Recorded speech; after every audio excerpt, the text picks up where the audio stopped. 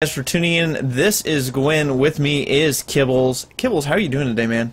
Doing absolutely fantastic, man. Had a great weekend out at Columbus, Ohio for the MLG Winter Championships. And now I'm ready to cast for some One Nation of Gamers. Pretty pumped. Yeah, Trying to recover with my voice, though, man. My uvula is massive right now.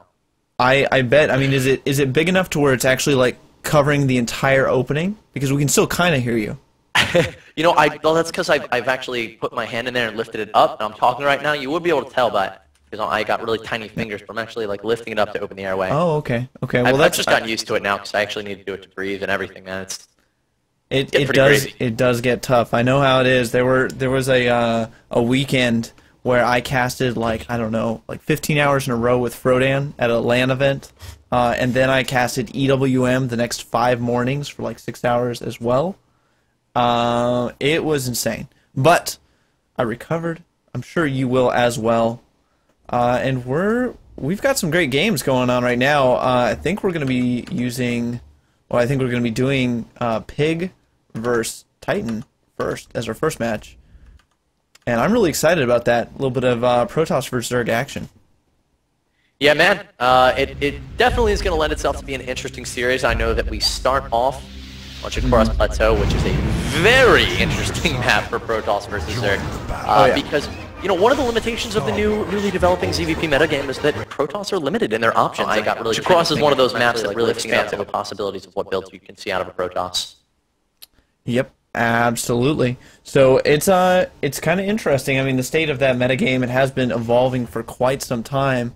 And yeah, I mean, we'll have to see. This is a map that's a little bit, I mean, the third is a little bit removed from the natural and the main for the Zerg player. And it's also a map that I don't know how many games you've watched, but there's a lot of War Prison play that happens on this map. And so I'm really excited about that. Yeah, it did definitely get, for a while, it was like almost all you'd see. You can really catch the Zerg army. Like, the third is so far away, if you force the Zerg army to go defend their third, it's just like, okay, well, now I get to kill your whole base. Yeah, and of course, warping in sentries on the high ground, force fielding the ramp from the natural to the main. It's such a strong play, and I mean, we've seen so many really good Protosses kind of abuse that terrain with the War Prism on this map, especially in close by air positions. But we'll have to see exactly, exactly what happens. So we'll have to, we'll have to jump into that game. Are you ready with me to do that? Oh, we are all set. Now, guys, these games have just been played, so we're going to be doing them off replays, but they are fresh, they are new. You have not seen these games before. Oh, yeah. I am ready, Gwen. How about yourself?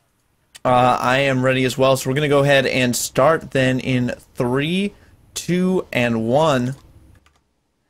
And right now, the game has started. Let me go ahead and bring that over, bring up a little bit of cut screen so you can see the drama. Pig saying oink, oink, oink, oink.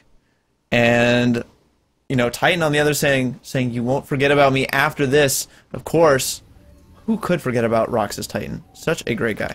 Such a good player as well. But right now, into the game.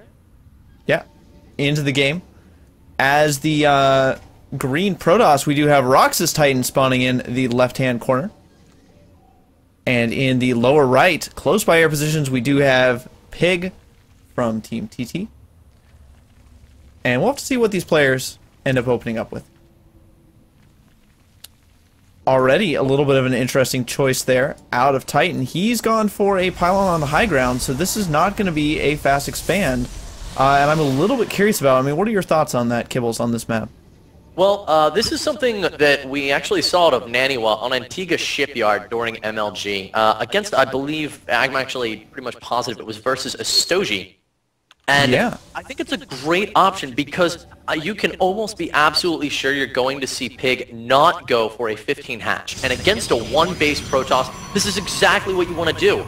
You want to, boom that economy as quickly as possible. And it's what we used to see when all Protosses were one-basing and basically going for the 3-gate expand. Yep. Then we saw the shift where all of a sudden all the Protosses started forge fast expanding, and all of a sudden you could not go hatch first anymore. And now it's become pretty much every single Protoss always forge fast expands, and when they do not, and a Zerg is still going to go for the pull first because they simply don't know. And now that the drone is moving out here, it's going to see that we don't have a forge fast expand And that's going to make Pig a little upset that he didn't drop that hatch first. Yeah, I mean, absolutely. As you can see, coming up on the 3-minute mark in just a few seconds, that hatch going down at about 250, and the pool about to finish up. But again, pool before gas, unless you're doing like an 11 over pool into an 18 hatch, it's nowhere near as economic as that hatch first, like you mentioned. But I think this is actually just going to be a 1-gate expand with no core up for Titan, as we see the probe down there trying to chase that drone away. And the drone, he really wants to drop a hatchery and do the Evo chamber block, but that's probably not going to happen. Yeah, probe getting a fair amount of damage off on that drone is going to be forced to flee. And Nexus and Forge going down as well. We've got ourselves a nice transition here by Titan. Yeah, and this is something that we've started to see. I mean, this is kind of, it's obviously an early expand build, but I think the advantage of this sort of build is you're going to get your cyber core just a little bit faster, and that means that all of your tech it's accelerated, right? You go for the gateway before that Forge, you go for the gateway before the Nexus even, so getting that cyber core up allows you then to kind of tech up a little bit more quickly than you otherwise would. Now, this isn't quite as good economically, especially opting for that Zealot, but it's still a great build. Yeah, Cybernetics core, I mean, going for that so quickly allows him to get out any sort of fast warp gate timings that he may want. Titan, you know, the 4-gate follow-up here is something that Huang Xian absolutely loves with his 1-gate expand into Forge. And, I mean, it's really, really good, especially on a map like Shakuras Plateau, where now look at this third going down. It's pretty late here. That does make it a bit dangerous to go for the early pressure, but it makes it pretty safe to go for something like a 7-gate Blink Stalker. So both of these builds are definitely on the field at this point. Wouldn't be surprised to see a Stargate as well, because I mean, you could see any tech we were talking about. Shakuras Plateau, this map for Protons can do whatever they want. Now Pig is definitely going to be thrown off his guard because we didn't see the Forge Fast expand. Yeah, I mean, and look at this already. You know, there is a pylon, a couple pylons going down at this third base, and this is really just to try and scare Pig because, I mean, he does have 2 Zealots running over here, so he's going to need to produce a couple more Zerglings to deal with that. Zealot's starting to pick away at that hatch. But that pylon there, it's sitting there, it's not in sight of the hatch or the Zergling, so he doesn't know it's there. Warp gate's halfway done, so it's not a big threat of that. But, oh, the cannon going down as well. So Titan really doesn't want this hatch to live. And I mean, with 2 Zealots and a cannon, that's going to be easy for him to deny. 2 cannons. Yeah, this is the consequence to Zergs getting really comfortable with how Protoss play, and then drastically switching it up. You know, Pig had everything figured out formulaically, excuse me, on how to deal with, you know, all the standard Protoss openings, and this is something that he probably hasn't encountered for a very, very long time from a high-level player, and is just now flustered as to how to handle it. Yep, and I mean, as we see in, you know, his natural expansion, the Roachhorn just getting started at that 7-minute mark, which is super standard if you go 3 hatch before gas. He did get speed quite a bit sooner than you normally would have in this situation. He does have Speedling trying to make a counterattack into the Protoss base, but that will be denied by that single Zealot and a, you know, just clutch wall off there behind it with that extra gateway. Warp Gate now about to finish up, and there's already a proxy pylon out on the map. It's, of course, the one that had that photon cannon on it, and that will deny, or that will, you know, stay alive for quite some time and allow warp-ins to happen closer to the Zerg base.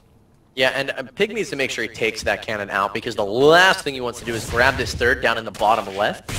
You know, that's a very defensible third if you are a Protoss, if you are a Terran player. As a Zerg, that's the last place you want to expand against a Protoss, because force fields are so effective at ripping apart your units. It allows the Protoss to make any engagement, because they know they can always escape freely if the engagement's going poorly by just dropping 1 or 2 force fields down in their escape route. So we do see the cannon has been taken out, and third is being reestablished. Yeah, at the 8-minute and 30-second mark, these Lings have actually missed the probe up at the top, where RoX.KIS.TitaN hid that probe, so great there for him. And we do see Titan throwing down that Twilight Council, additional gateways, and robotics, so it's very possible we will see a Blink plus Observer play, which is, and there's the Blink actually, so so strong, especially on this map. If you look at the main of the Zerg with me, there's so much surface area that you can blink up into the main with as long as you have vision.